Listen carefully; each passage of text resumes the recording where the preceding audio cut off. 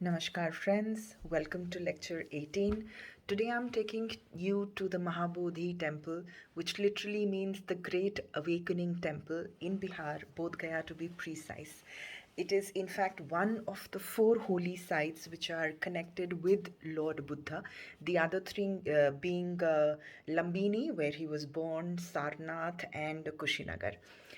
The traditional accounts say that it was around 530 BCE that Gautama Buddha, wandering as a monk, he reached the sylvan banks of Falgu River near the city of Gaya, and there he spent somewhere around 7 weeks at seven different spots meditating. In the first week, he sat under a peepal tree, which later became known as the Bodhi tree.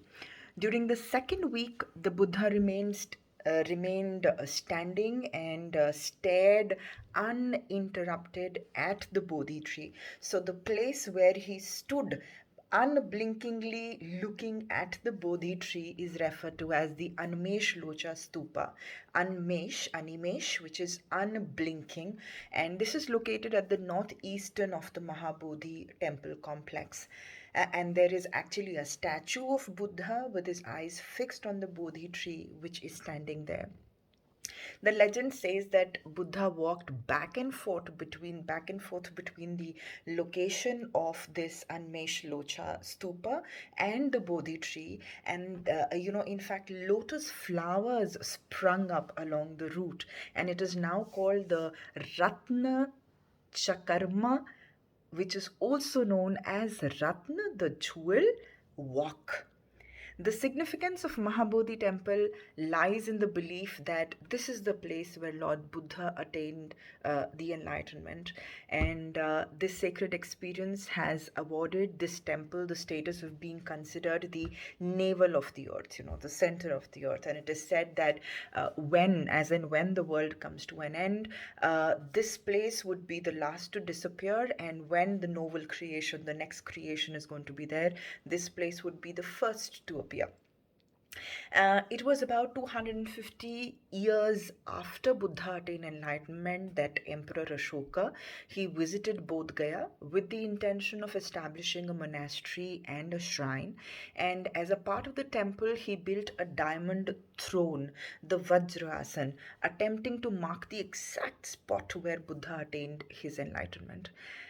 Buddhism, of course, with the waning of dynasties patronizing it, also ended up declining. And later, around 16th century, there was a monastery which was established near Bodh Gaya, and the caretaker Mahant Ghamandi Giri. The name is also very significant. You would know why. He started claiming ownership of the Mahabodhi temple grounds. So Ghamandi, overambitious. It was in 1885 that Sir Edwin Arnold, known for his narrative poem on the life and teachings of Buddha, made an appeal to the then British government to make Buddhists the legitimate custodians of this particular temple. And almost 6 years later, a Bengali Mahant from Sri Lanka, Anagarika Dharmapala, took up this particular cause. And in 1949, the state government of Bihar took control, established a temple management committee, and made Anagarika Mahabodhi's first head monk. Lord Buddha, an embodiment of compassion, we all know that, has such a charisma that lakhs of people come to view and experience the mere aura and sanctity of Mahabodhi Temple. The UNESCO World Heritage Site inscribed in 2002 this particular place on its list and decided that it must be preserved for its sheer antiquity.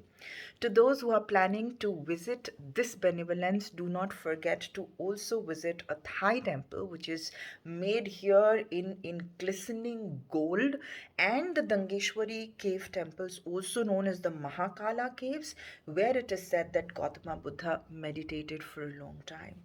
So enjoy yourself, have a peaceful break, take care, Jai Hind, Namaste.